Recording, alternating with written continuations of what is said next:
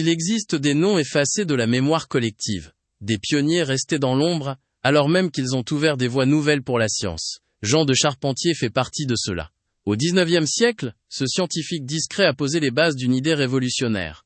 Les glaciers, aujourd'hui cantonnés au sommet, avaient autrefois recouvert une grande partie de l'Europe. Ce que la science appelle aujourd'hui l'ère glaciaire, il en a été l'un des premiers témoins éclairés. Jean de Charpentier naît en 1786. D'origine allemande, il s'installe en Suisse, où il devient ingénieur des mines. Ce n'est pas un théoricien enfermé dans un cabinet, mais un homme de terrain, méthodique, attentif à ce que la nature révèle.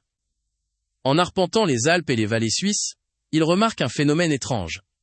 D'immenses blocs de pierre, isolés, posés au milieu de plaines, loin de toute formation rocheuse similaire.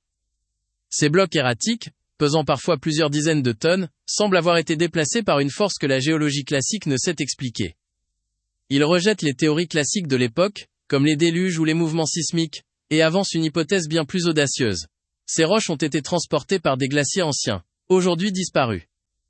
En observant les moraines, les stries sur les rochers et les dépôts glaciaires, il lit dans le paysage les traces visibles d'un passé dominé par la glace. Il reprend les travaux initiaux d'un autre Suisse, Ignaz Venetz, mais les pousse beaucoup plus loin. Il documente, cartographie, publie. Sa thèse affirme que, dans un passé lointain, les glaciers alpins s'étendaient bien au-delà des montagnes, atteignant même les contreforts du Jura. Pour l'époque, une telle idée paraît invraisemblable. La communauté scientifique, encore très influencée par les dogmes religieux et les explications catastrophistes, accueille son travail avec scepticisme, voire indifférence. Et pourtant, ses relevés sont précis, ses observations rigoureuses. Charpentier ne cherche ni la gloire, ni le scandale. Il poursuit son travail, patiemment, guidé par une conviction profonde que la Terre conserve dans ses formes les récits d'un passé englouti. C'est dans ce contexte qu'un autre scientifique, Louis Agassiz, entre en scène. Inspiré par les travaux de Charpentier, Agassiz va populariser à grande échelle l'idée des grandes glaciations. Il bénéficiera de l'aura académique et médiatique que Charpentier n'a jamais recherchée. Au fil du temps, Agassiz sera crédité de la théorie glaciaire, tandis que le nom de Jean de Charpentier sombrera dans l'oubli.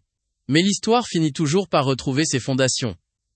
Aujourd'hui, les blocs erratiques, les moraines, les traces d'abrasion sur les roches, sont autant de preuves indiscutables du passé glaciaire de l'Europe. Et dans chaque manuel sérieux de glaciologie, on reconnaît enfin que Jean de Charpentier fut l'un des premiers à comprendre que la Terre avait connu des ères dominées par le froid extrême. Son héritage scientifique repose sur l'observation humble, la rigueur et le respect profond des faits. Il nous a montré que le paysage, même dans son immobilité apparente, parle de mouvements lents, de transformations immenses, de puissances oubliées.